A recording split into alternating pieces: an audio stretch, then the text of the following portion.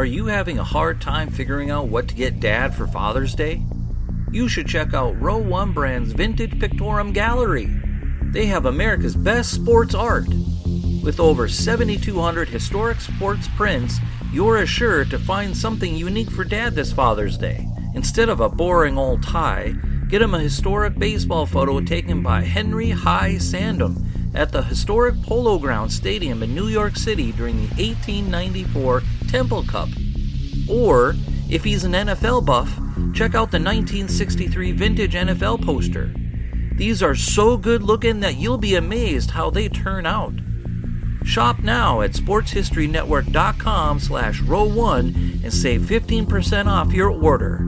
I just checked my watch, looked at the calendar, and found out it is time for another bonus edition of the Football History by Numbers Pigskin Dispatch. Jersey number 67 is our topic tonight. We're going to give you a top 10 greatest number 67s in NFL history, and it's all coming up right now.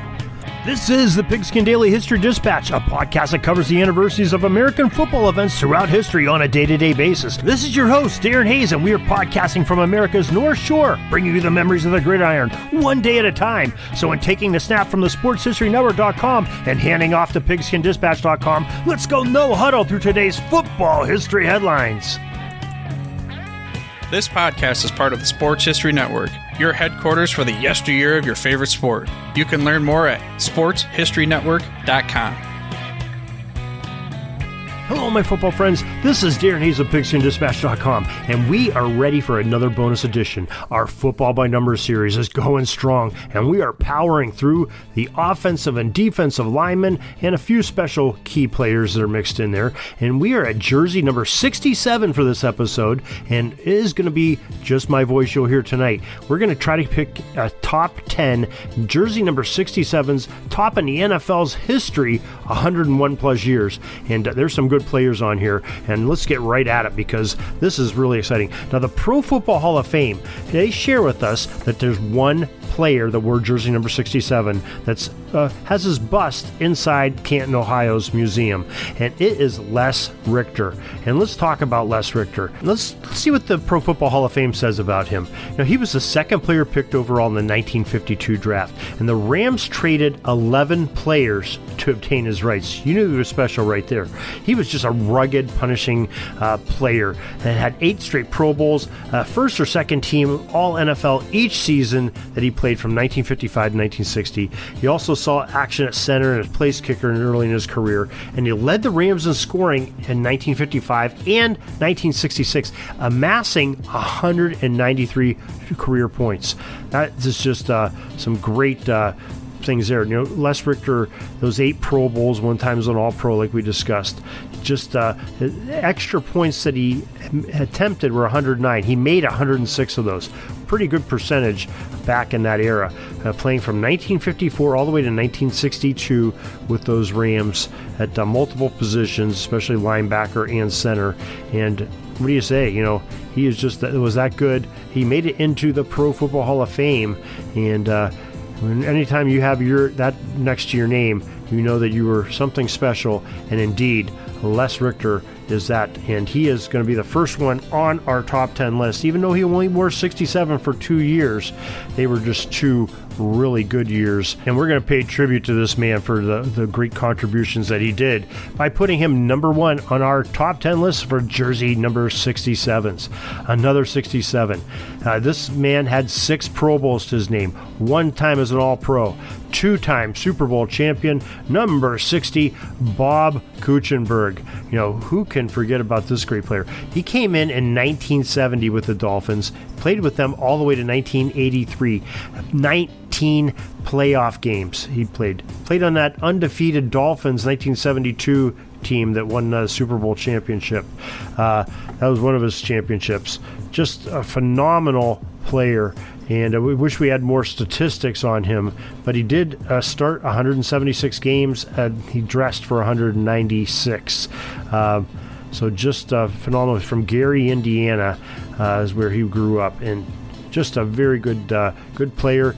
His nickname was Cooch. You know, it's hard to say Kuechenberg, but Cooch is a lot easier to say, and that's why his teammates called him that, and pretty good nickname to have.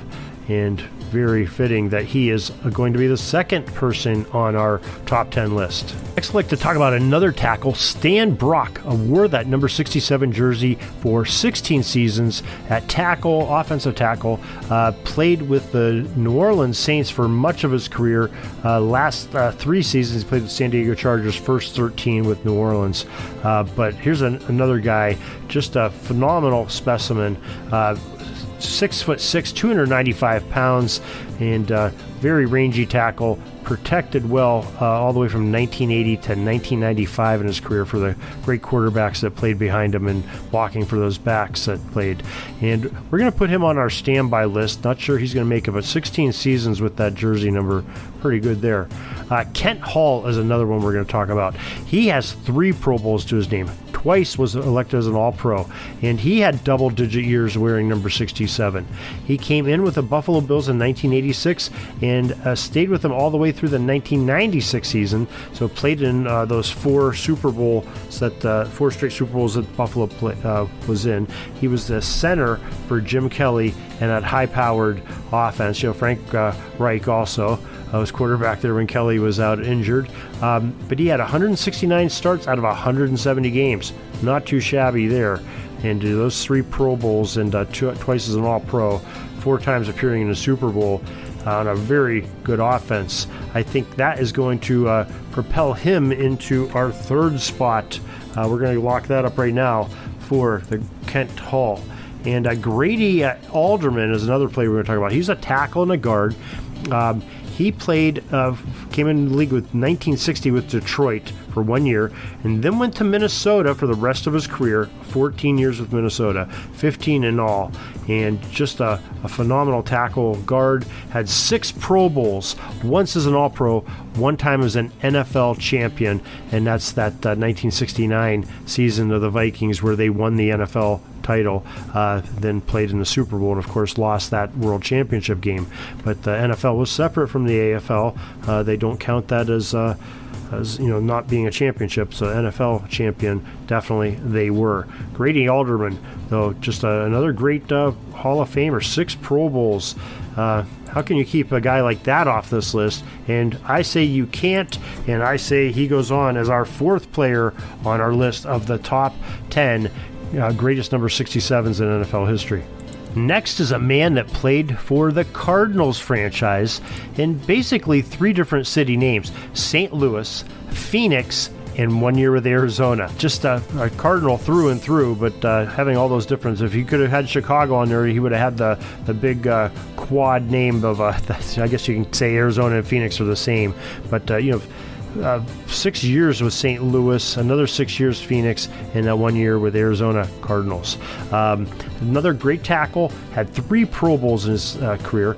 He started every game that he played in, 189 for 189.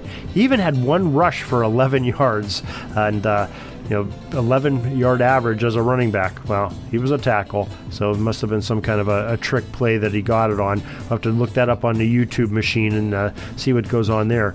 But 3 Pro Bowls, that puts him in pretty good standing, and I think it puts him in a positive light, to be honest. So I'm not going to grant it to Lewis Sharp yet, but I think we may be keeping an eye on him.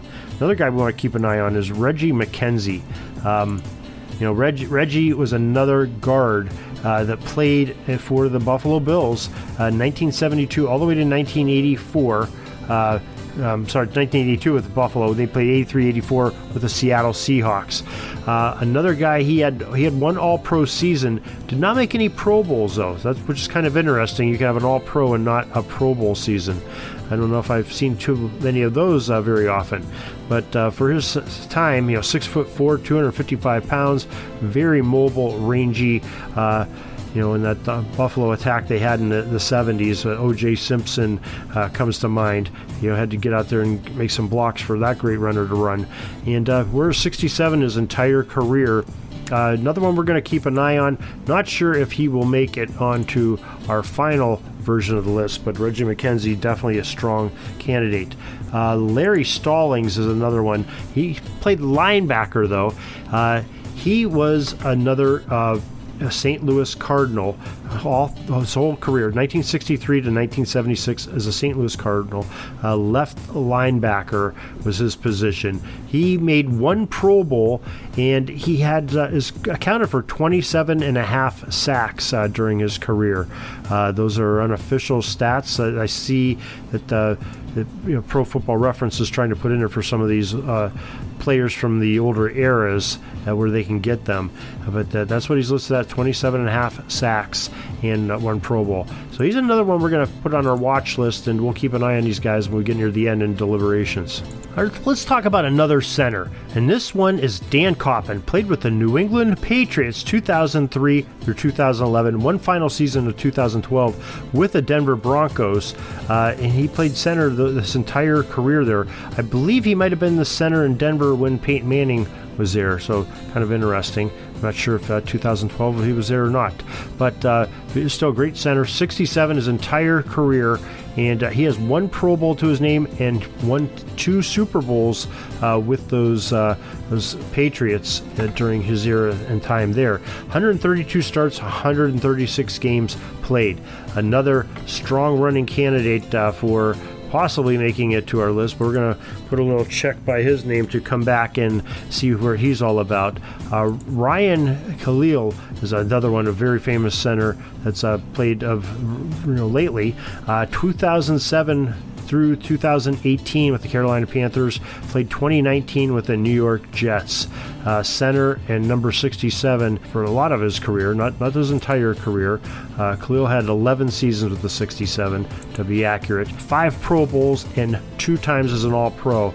Those are some pretty hefty numbers there, and I am going to have to lean towards that Ryan Khalil is going to make it as our 5th player on our top 10.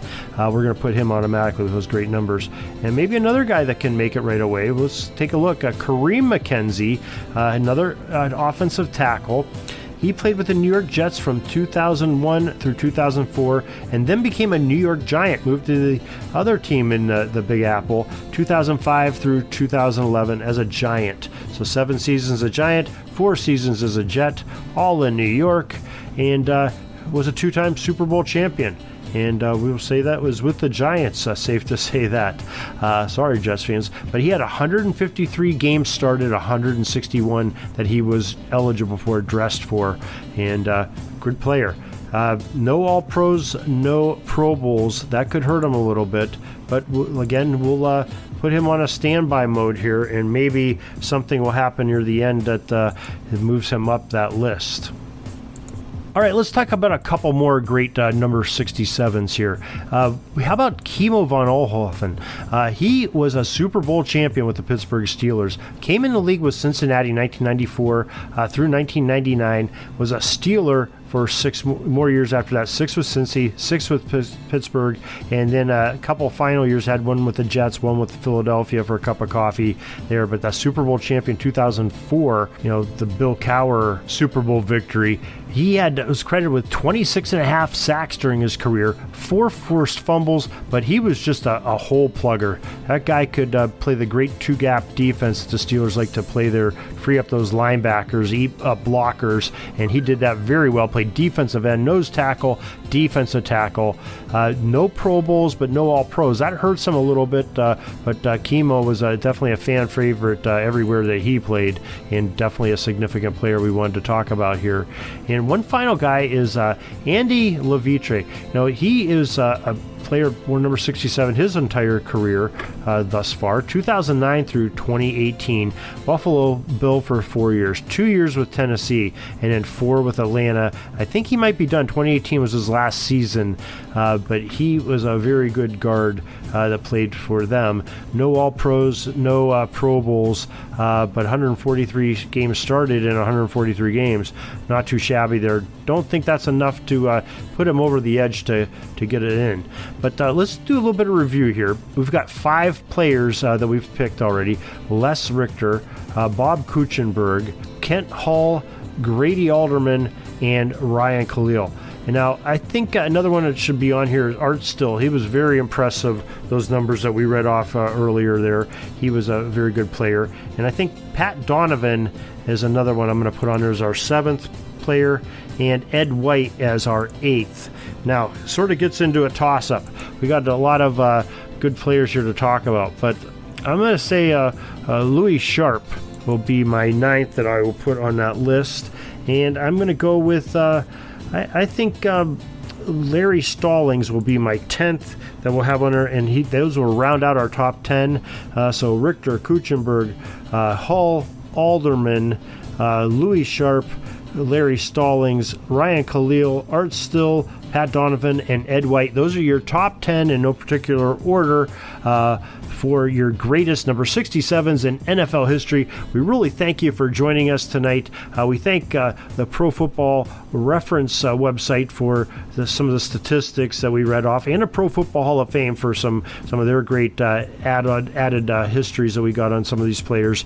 And just appreciate you listening. Appreciate everybody enjoying football history. Hope you're enjoying this series, jersey number 67s. And we will be back with some more, and we'll have some more guests coming up. You won't just have to hear my voice the whole way through. We'll have some great stories with some very strong guests and historians and authors that know a lot about the game of football that will bring some enjoyment and preservation of football history for you.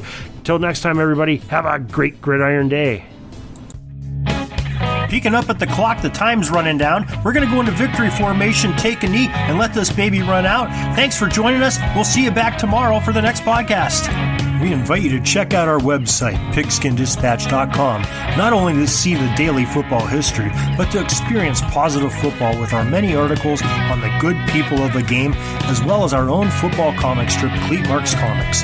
Pigskinddispatch.com is also on social media outlets, Facebook, Twitter, Instagram, and don't forget the Pigskin Dispatch YouTube channel to get all of your positive football news and history. A special thanks to the talents of Mike and Gene Monroe, as well as Jason Neff for letting us use their music during our podcast. This podcast is part of the Sports History Network, your headquarters for the yesteryear of your favorite sport. You can learn more at sportshistorynetwork.com.